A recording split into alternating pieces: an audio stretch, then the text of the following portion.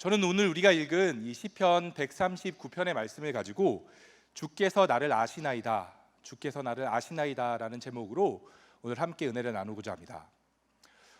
여러분 혹시 여러분이 이렇게 일상생활을 하시다가 지하철 같은 데서 사람들이 너무 많아서 낯선 사람이 되게 불편하게 너무 가까이 붙어서 느꼈던 어려움들, 혹은 나랑 별로 안 친한 사람인데 갑자기 불쑥 다가와서 너무 나한테 좀 가까이 붙어서 얘기해서 좀 불편했던 경험들이 있으십니까?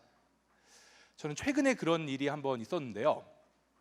제가 한 2주 전에 담임 목사님을 모시고 미얀마에 선교사 대회를 다녀왔습니다. 그런데 그 선교사 대회 기간 중에 제가 이제 담임 목사님하고 다른 선교사님하고 제가 이렇게 셋이서 카페에 앉아서 이렇게 이야기를 나누는 시간이 있었어요. 그런데 이렇게 세 사람이 이야기를 나누고 있는데 어떤 한 분이 다가오셔서 그 선교사님 바로 옆에 앉으시는 거예요. 되게 가까이. 그래서 우리 얘기를 막 같이 들으시는 거예요. 그래서 저는 당연히 이분이 이렇게 선교사님하고 좀 아는 분인가라는 생각을 했어요. 근데 한 5분쯤 지났는데 알고 보니까 서로 전혀 모르시는 분들인 거예요. 이 두 분들이. 그냥 이분이 우리 대화에 좀 관심이 있고 끼고 싶어가지고 갑자기 바싹 붙어서 얘기를 듣고 어느새 이 대화에 이렇게 참여하고 있었는데 제가 너무 가까이 앉아 있고 해서 되게 당황했던 경험이 있었습니다. 사람들은요, 무의식적으로 나랑 친한 사람 혹은 친하지 않은 사람, 혹은 개인적인 공간 혹은 공적인 공간에서 나와 상대방 사이에 어느 정도 내가 심리적으로 안정감을 느낄 수 있는 거리를 갖기 원합니다. 심리학에서는 이 공간을, 이런 안정을 느끼는 공간을 퍼스널 스페이스라고 이야기도 하는데요. 이것을 소개하신 분이 문화인류학자 분이세요. 에드워드 홀이라는 문화인류학자가 사람들이 공간을 어떻게 사용하는지를 그가 이렇게 문화인류학적으로 연구하고 한 4가지 정도로 정리하셨어요. 방금 말씀드렸듯이 우리는 내가 친한 사람, 친하지 않은 사람, 혹은 이 장소가 어떤지에 따라서 내가 불편함을 느끼고 편안함을 느끼는 그 거리가 있는 거예요. 그런데 이 책에서는, 그분이 쓰신 책에서는 그것이 구체적으로 어느 정도 거리에서 그런 것들을 우리가 편함을 느끼고 불편함을 느끼다를 쓰셨더라고요. 되게 흥미로웠어요. 책에서 이야기하는 가장 가까운 거리는 친밀한 거리예요. 그게 구체적으로 수치가 한 45.7cm 정도 된대요. 이걸 어떻게 재는지 모르겠는데 46cm 미만에는 아주 친밀한 사람만 들어올 수 있대요. 연인이나 아니면 진짜 이렇게 부모와 자식같이 이게 계속 손 뻗으면 닿을 수 있는 거리이기 때문에 그 공간 안에 아무리 친한 사람이라도 그냥 친구가 그 안에 들어오면 불편함을 느낀다는 거예요.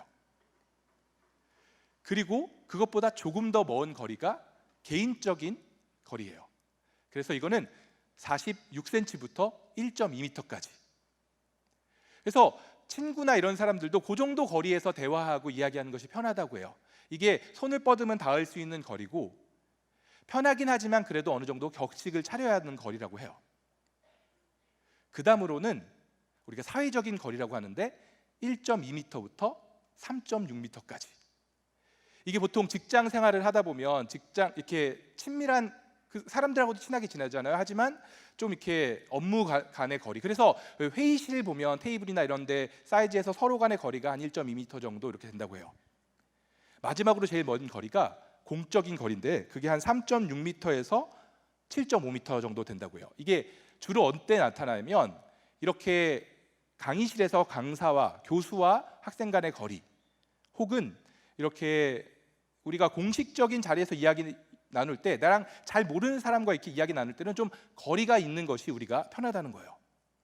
예를 들어서 제가 지금 여러분과 떨어진 거리가 이 앞에 계신 분들은 한 3.6m, 7m 내외일 텐데 제가 갑자기 이렇게 앞에 가서 이렇게 코앞에서 여러분에게 설교를 하면 되게 부담스럽잖아요. 그것처럼 우리 간의 관계에 따라서 친밀함을 느끼는 거리가 다르다는 거예요. 편안함을 느끼는 거리가. 여러분, 우리가 요즘에 이제 흔히 하는 말로 선을 넘지 마라 뭐 이런 이야기들을 하는데 아마도 우리는 무의식적으로 다른 사람과 나와의 거리에 있어서 편안함을 느끼는, 혹은 때로는 그 선을 넘었을 때 불편함을 느끼는 것을 무의식적으로 재고 있는 것 같아요. 제가 오늘 설교를 통해서 여러분과 나누고 싶은, 여러분에게 묻고 싶은 질문은, 그렇다면 과연 여러분은 하나님과 어느 정도 거리에 있을 때 편안함을 느끼십니까? 라는 것입니다. 여러분, 하나님이 아주 가까이, 친밀한 거리, 정말로 이렇게 가장 가까운 사람이 들어올 수 있는 거리에 하나님이 계시다면 여러분 그것이 편하십니까? 아니면 하나님과는 조금 떨어져서 공적인 거리 한 3, 4m는 떨어져야지 편하게 느끼십니까? 여러분은 하나님과 얼마나 친밀한 관계 가운데 계시고, 혹은 어느 정도 거리를 떨어뜨려 놔야 하나님을 편안하게 느끼고 계십니까? 오늘 읽은 이 시편을 보면 시편 139편에서 이 시인은 하나님이 자신에 대해서 잘 알고 계시다라고 이야기합니다. 그리고 자신의 모든 것을 아시는 하나님이 자신과 가까이 계시다라고 이야기합니다. 오늘 본문 2절에서 4절은 이렇게 이야기합니다. 주께서 내가 앉고 일어섬을 아시고 멀리서도 나의 생각을 밝히 아시오며 나의 모든 길과 내가 눕는 것을 살펴보셨으므로 나의 모든 행위를 익히 아시오니 여호와여 내 혀의 말을 알지 못하는 것이 하나도 없으시나이다. 지금 시편의 저자에게서 하나님은 자신의 모든 것을 아시는 분입니다. 그가 앉고 서는 것을 아시고, 그의 모든 생각을 아시고, 그의 모든 행동을 아시고, 그가 하는 모든 말에 대해서 하나님이 모르는 것이 아무것도 없다라고 이야기하고 있습니다. 그리고 이렇게 하나님이 자신에 대해서 잘 아는 이유에 대해서 이 저자는 하나님이 자신을 잘 살펴보았기 때문이다라고 이야기합니다. 오늘 본문 1절은 이렇게 말합니다.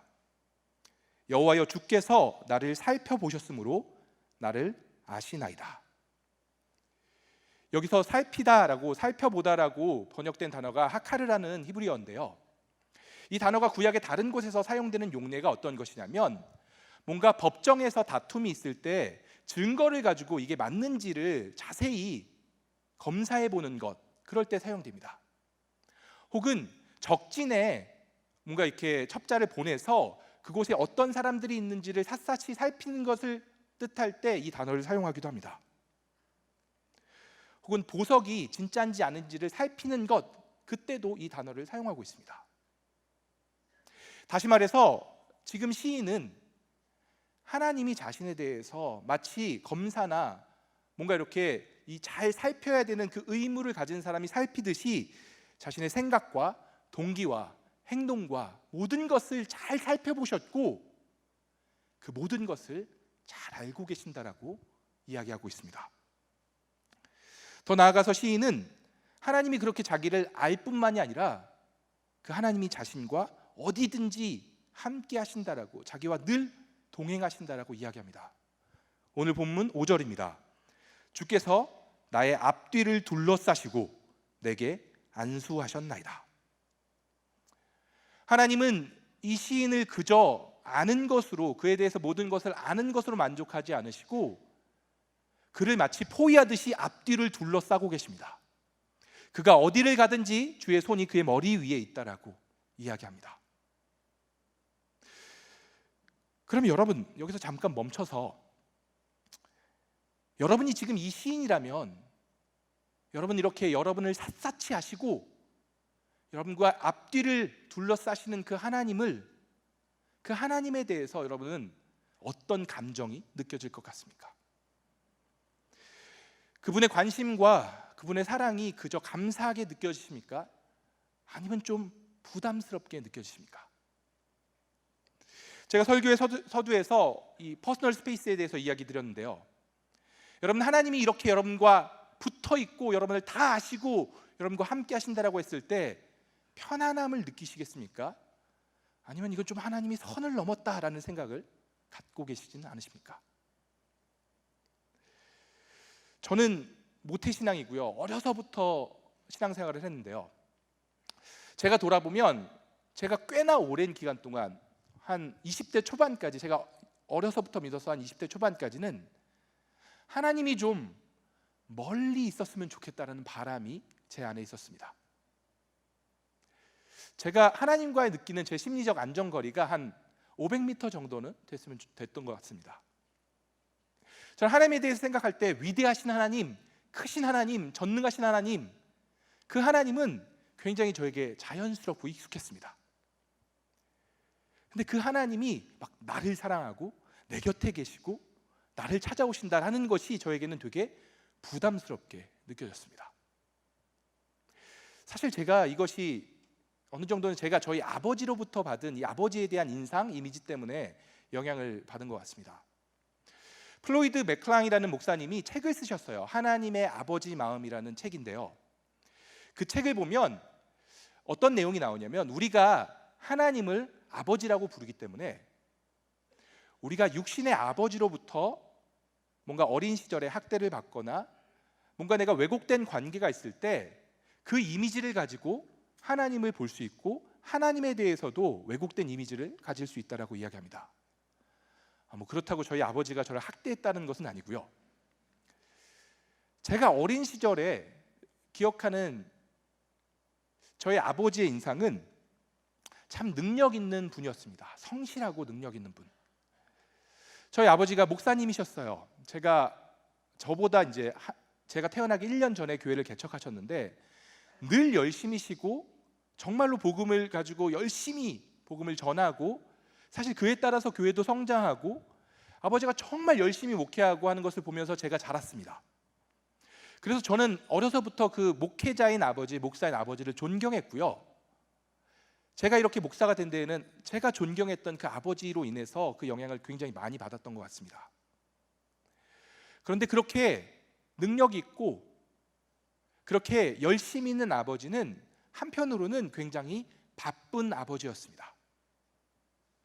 늘 교회 일 때문에 바쁘시고 함께 할 시간이 없어서 어려서부터 그렇게 아버지랑 개인적인 시간, 뭔가 함께 놀러 간다든가 여행을 간다든가 하물며 이렇게 극장이라도 한번 가본 경험이 전혀 없습니다. 제가 가장 많이 아버지를 만났던 곳은 현관이었어요. 아버지가 새벽기도를 마치고 운동을 이렇게 마치시고 오실 때, 이게 저랑 저희 동생 누나가 이제 학교를 나가려고 하면 항상 현관 앞에서 그 시간이 맞았어요. 저희는 이제 학교가 늦었으니까 빨리 가려고 하면 아버지는 항상 저희를 붙들고 손을 얹고 기도를 해주셨어요. 마음은 급해 죽겠는데 난 나가야 되는데 기도를 길게 하시는 거예요. 그래서 항상 저에게는 그 현관에서 만나는 아버지의 이미지가 굉장히 익숙했습니다.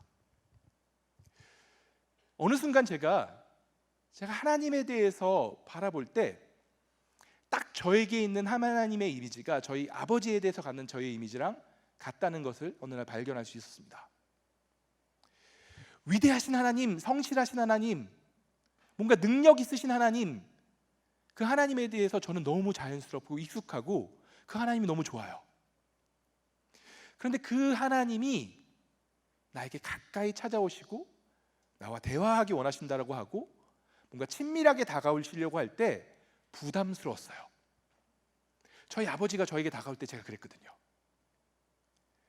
그래서 저에게는 그 가까운 하나님, 나와 동행하시는 하나님, 그 하나님을 제가 익숙하게 여기고 그 하나님을 경험하고 그 하나님과 동행하는 것을 연습하는데 꽤나 오랜 시간이 걸렸던 것 같아요.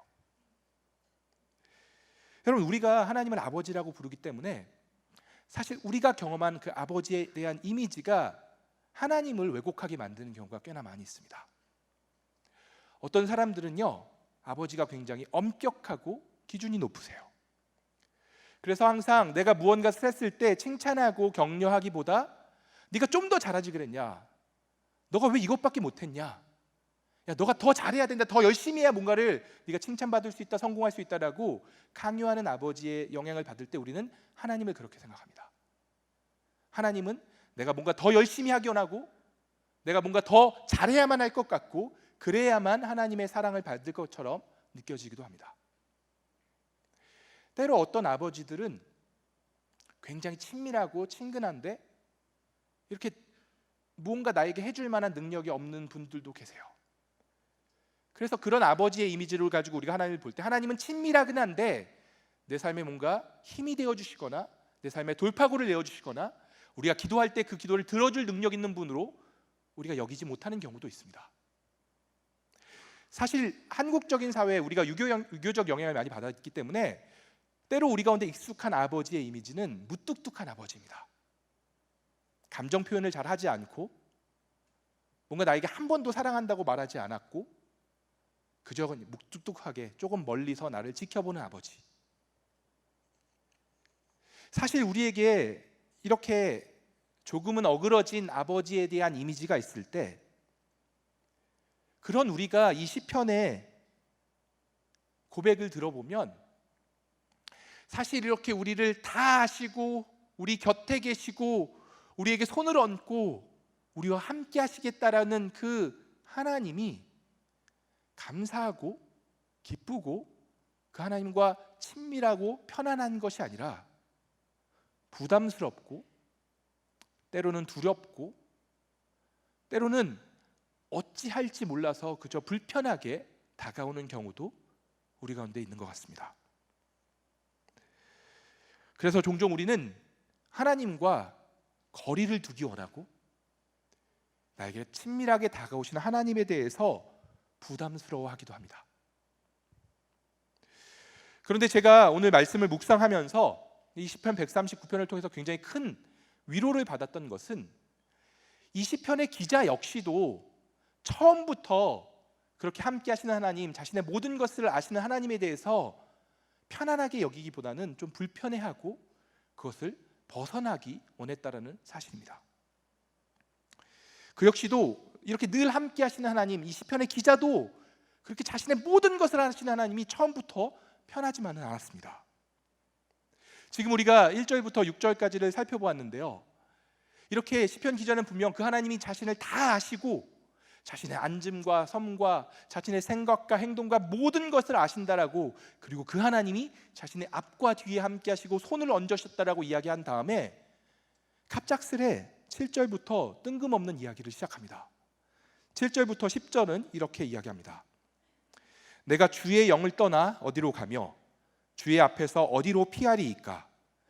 내가 하늘에 올라갈지라도 거기에 계시며 스올에 내려갈지라도 거기 계시나이다. 내가 새벽 날개를 치며 바다 끝에 가서 거주할지라도 거기서도 주의 손이 나를 인도하시며 주의 오른손이 나를 붙드시리이다.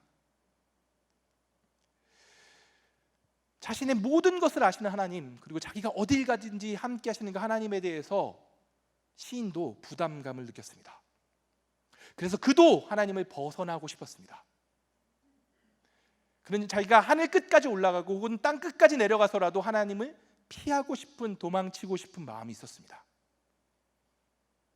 그런데 안타깝게도 그는 금세 새로운 사실을 깨닫습니다. 그게 뭐냐면 자기가 하늘 끝까지 올라가도 거기도 하나님이 계시고 땅 끝까지 내려가도 거기도 하나님이 계시고 자기가 해가 뜨는 동쪽 끝에 가도 하나님이 계시고 저 바다끝 서쪽을 가도 하나님이 계시다는, 어딜 가도 하나님이 계시기 때문에 자기가 하나님을 벗어날 수 없고 피할 수 없다라는 절망적인 사실을 발견하게 되었습니다. 자, 그렇다면 오늘 이 시가 우리 가운데 주는 교훈이 무엇일까요? 여러분, 어차피 이제 출구는 없습니다. 하나님으로부터 벗어나려고 하는 것을 포기하세요. 이게 교훈일까요? 여러분, 저 입구를 들어올 때는 여러분 마음대로 들어왔지만 탈출구는 없습니다. 받아들이세요. 오늘 시인이 그것을 이야기하고 있는 것일까요? 사실 오늘 시편의 반전은 우리가 읽지 않은 이 139편의 후반부에 등장합니다. 우리 같이 한번 성경을 펴서 다시 한번 우리 시편 139편 14절부터 17절, 14절부터 17절을 같이 한번 읽어보았으면 좋겠는데요, 우리 함께 읽도록 하겠습니다. 시작. 내가 주께 감사하옴은 나를 지으심이 심히 기묘하심이라. 주께서 하시는 일이 기이함을 내 영혼이 잘 아나이다. 내가 은밀한 데서 지음을 받았고 땅의 깊은 곳에서 기이하게 지음을 받을 때 나의 형체가 주의 앞에 숨겨지지 못하였나이다. 내 형질이 이루어지기 전에 주의 눈이 보셨으며 나를 위하여 정한 날이 하루도 되기 전에 주의 책에 다 기록되었나이다. 하나님이여, 주의 생각이 내게 어찌 그리 보배로운지요. 그 수가 어찌 그리 많은지요. 하나님의 함께 하심에 대해서 부담스럽게 여겼던 이 시인은 어느 순간 그것을 감사함으로 받아들이게 됩니다. 그리고 그가 하나님에 대해서 그렇게 함께 하시고 자신을 다 하시는 하나님에 대해서 감사가 시작된 것은 그가 하나님이 자신을 얼마나 사랑하시는지를 깨달으면서부터입니다. 그는 하나님이 자신을 창조하실 때 자신의 형체가 미처 다 만들어지기 전부터 하나님이 자신을 바라보셨다라고 이야기합니다. 그가 하루도 되지 않아서, 태어난 지 하루도 되지 않아서 하나님이 그의 모든 것을 하나님의 책에 기록해 두셨다는 것을 그가 깨닫게 됩니다. 제가 16절을 한번 다시 읽어보겠습니다. 16절 이렇게 이야기합니다. 내 형질이 이루어지기 전에 주의 눈이 보셨으며 나를 위하여 정한 날이 하루도 되기 전에 주의 책에 다 기록되었나이다. 저는요, 이 16절 말씀을 묵상하면서 문득 저와 저희 아내가 저희 이제 첫째 아이를 갖고서 그때 이제 아이가 생겼다라고 처음 초음파 사진을 이렇게 주었을 때의 기억이 납니다.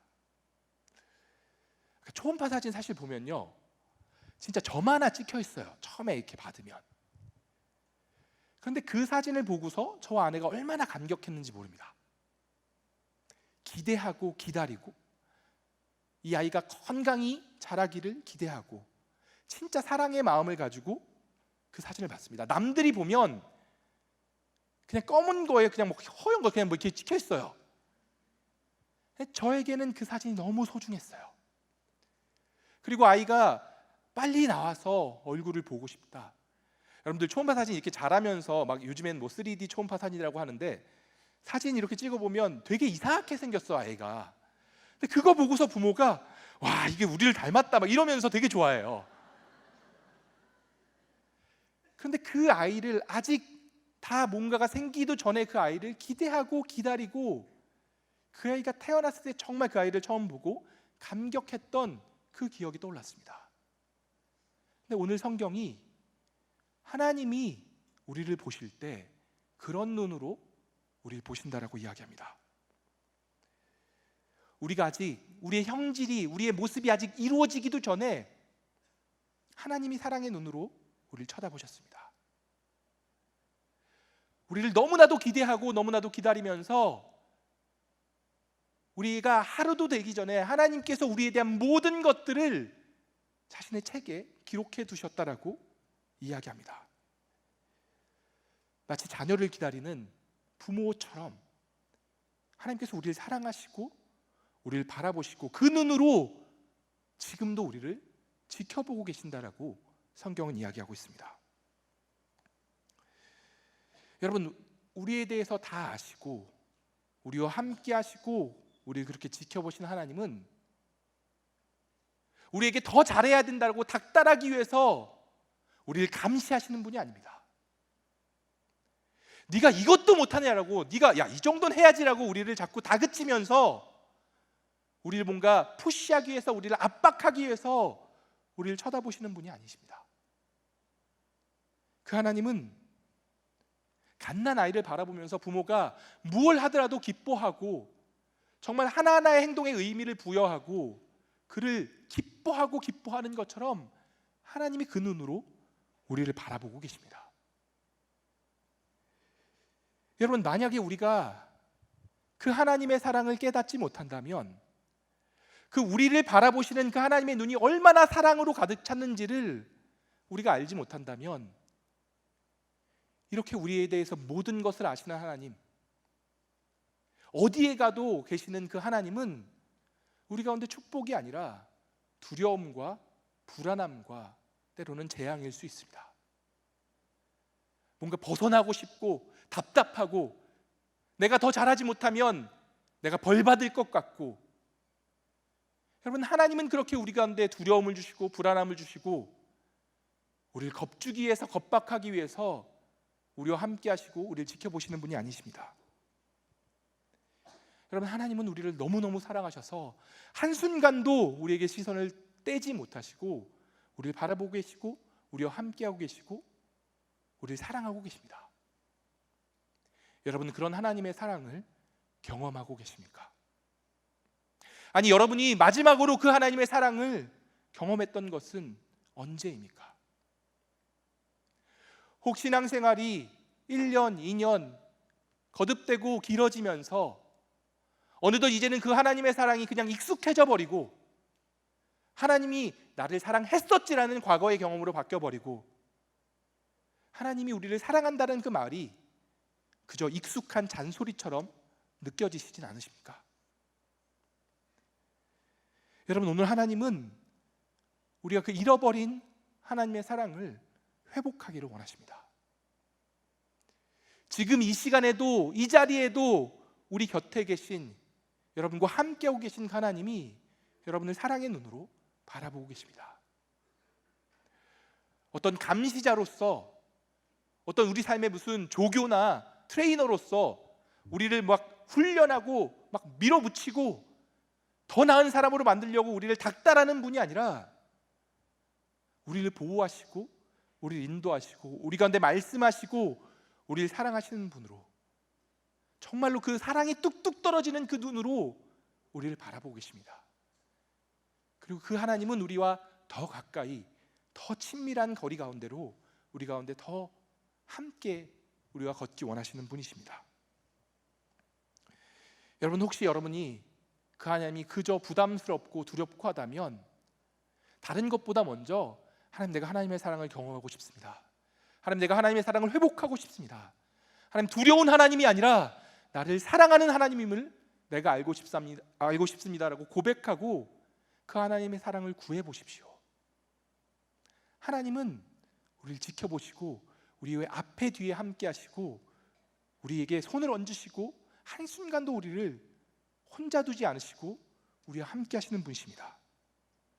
오늘 우리가 드리는 이 예배를 통하여서, 오늘 듣는 이 말씀을 통하여서, 우리가 함께 드리는 기도를 통하여서 이곳에서 예배하는 모든 사람들에게 그 하나님의 사랑이 경험되어지고 혹 잃어버린 그 하나님의 사랑이 회복되고 그 하나님을 우리가 충만히 누리는 그런 축복이 있기를 주님의 이름으로 축원합니다.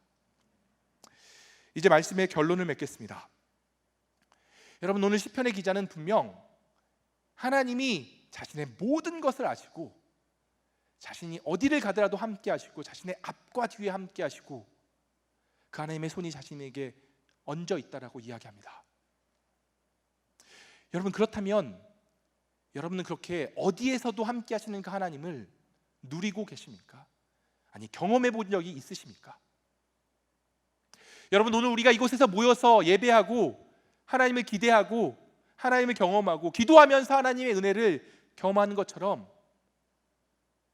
하나님은 분명 어디서나 함께 하신다라고 했는데 여러분이 살아가고 있는 학교에서, 직장에서, 여러분이 속한 가정에서 그 동일한 하나님을 여러분이 만나본 경험이 있으십니까?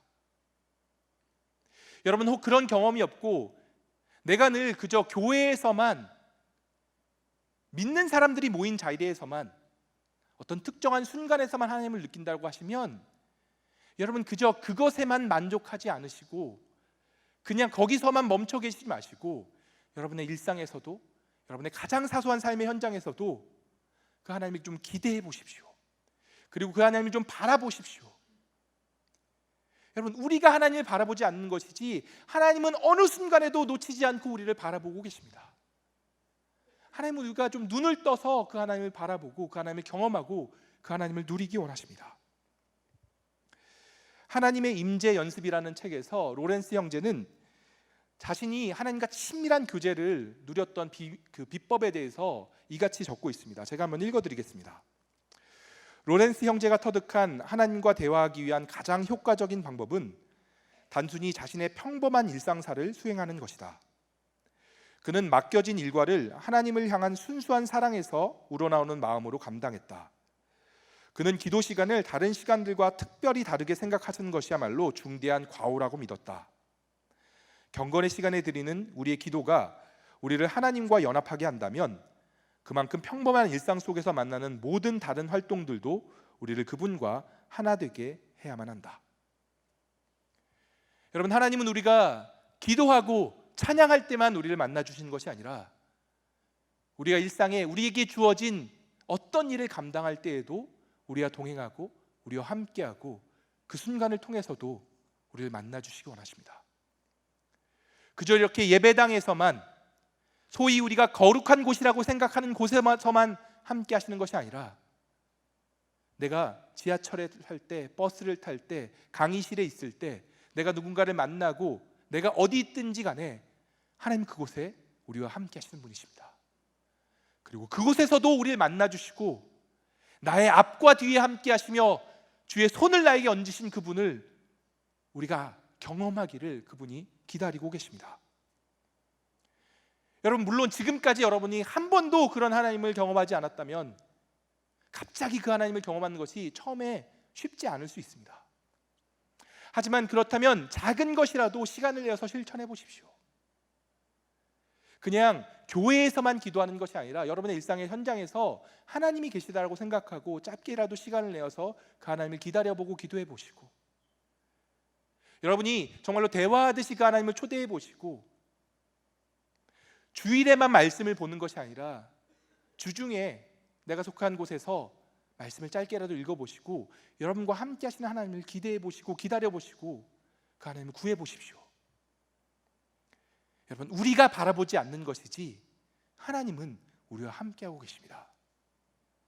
이번 한 주 우리 삶의 작은 노력들을 통하여서 하나님에 대한 내가 하나님을 만나고 싶다라는 그 마음을 가지고 실천하는 작은 실천들을 통하여서 우리가 우리와 함께 하시는 하나님, 우리를 사랑의 눈으로 바라보시는 하나님, 우리를 향해서 한순간도 눈을 떼지 않으시고 우리를 지켜보고 계시는 그 하나님을 우리가 경험하고 그 하나님으로 인하여서 우리 삶이 풍성해지고 우리 삶 가운데 그 하나님 때문에 내가 힘을 얻는 것을 경험하는 한 주가 되기를 주님의 이름으로 축복합니다. 이 시간 우리 같이 한번 찬양 한 곡하고 우리 기도했으면 좋겠는데요. 이 시간 같이 찬양할 곡은 하나님이 날 참 사랑하시네라는 찬양입니다. 이 찬양의 고백이 되게 단순합니다. 하나님이 날 참 사랑하시네, 하나님이 날 참 사랑하시네, 하나님이 날 참 사랑하시네, 하나님이 날 참 사랑하시네. 세월에 묻혀 또 현실에 갇혀 잊고 살다가도 그냥 살다가도 어느 날 문득 생각해 보면 하나님이 날 참 사랑하시네. 여러분은 여러분을 사랑하는 그 하나님을 정말 그 하나님의 사랑을 누리고 계십니까? 여러분, 하나님이 나를 사랑한다는 그 진리가 여러분에게 깨달아지지 않으면 크고 높으신 하나님, 위대하신 하나님, 모든 것을 다 아시는 하나님은 우리 가운데 두려움과 부담의 존재일 뿐입니다. 여러분, 하나님이 여러분을 사랑하고 계십니다. 그 위대한 하나님이 여러분 한 사람 한 사람을 정말로 사랑하고 계시고 지금도 지켜보고 계십니다. 여러분 가운데 그 사랑이 경험되어지지 않은 분들이 있다면 이 찬양의 고백을 드리면서 하나님, 내가 그 하나님의 사랑을 누리고 싶습니다, 알고 싶습니다 고백하시고요. 혹 여러분이 그저 익숙해져서 그 하나님의 사랑을 아무것도 아닌 것처럼, 그 하나님의 사랑이 아무것도 아닌 것처럼 나에게 느껴진다면 다시금 우리 가운데 그 하나님의 사랑이 회복되게 해달라고 그 고백을 담아서 이 찬양을 우리가 부르며 나아갔으면 좋겠습니다. 함께 찬양하시겠습니다.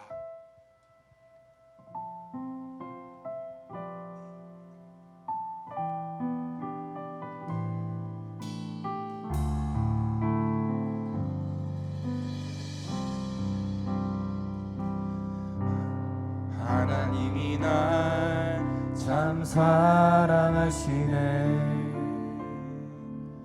하나님이 날 참 사랑하시네, 하나님이 날 참 사랑하시네,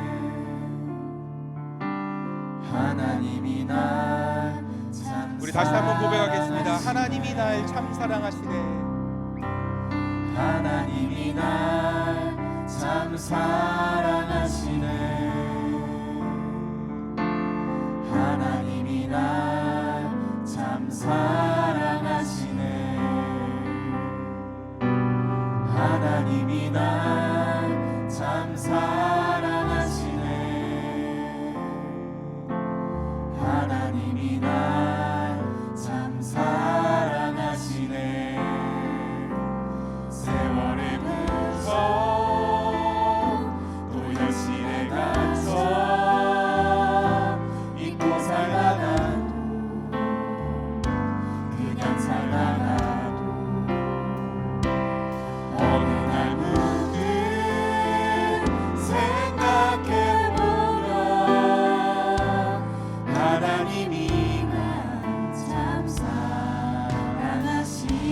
한 번 더 찬양하겠습니다. 하나님이 날 참 사랑하시네. 하나님이 날 참 사랑하시네. 하나님이 날 참 사랑하시네. 하나님이 날 참 사랑하시네. 세월에 묻혀 또 현실에 갇혀 믿고 살다가도 그냥 살다가도 어느 날 문득 생각해보면 하나님이 날 참 사랑하시네. 하나님이 날 참 사랑하시네. 하나님이 날 참 사랑하시네. 하나님이 날 참 사랑하시네. 하나님이 날 참 사랑하시네. 하나님이 날 참 사랑하시네. 이 시간 우리가 하나님께 나가 기도할 때 그 하나님의 사랑을 좀 구하며 기도했으면 좋겠습니다. 여러분, 하나님이 여러분을 사랑하십니다. 하나님이 여러분을 사랑하십니다. 하나님이 우리를 보시는 시선은 우리를 벌주기 위해서, 우리를 감시하기 위해서 우리에게 더 잘하라고 윽박지르는 그 눈빛이 아니라 우리를 그저 사랑하시는, 우리를 있는 그대로 사랑하시는 그 눈빛으로 하나님은 우리를 바라보고 계십니다. 여러분, 그 하나님의 사랑을 누리고 계십니까? 혹 여러분이 하나님이 부담스럽고 두렵게 느껴진다면, 하나님, 내가 하나님이 두렵습니다, 하나님의 사랑으로 날 덮어주십시오 고백하십시오. 여러분, 하나님의 사랑이 느껴지지 않는다면, 하나님, 내가 하나님의 사랑이 느껴지지 않는데 나도 그 사랑을 경험할 수 있게 해주십시오 고백하십시오. 여러분, 그저 하나님을 사랑한다라고 입 바른 소리로 고백하지 마시고, 하나님, 내가 하나님을 더 사랑하기 원하는데 하나님의 사랑을 좀 나에게 부어달라고, 그 사랑을 경험하기 원한다고, 하나님의 사랑이 무엇인지 나도 알기 원한다라고 고백하면서 그 사랑이 좀 회복될 수 있도록 우리가 시간 하나님께 부르짖어 나아가 기도했으면 좋겠습니다. 이 시간 우리 주여 한번 부르짖고 하나님께 나아가 그 사랑을 구하며 기도하도록 하겠습니다. 기도하시겠습니다. 주여.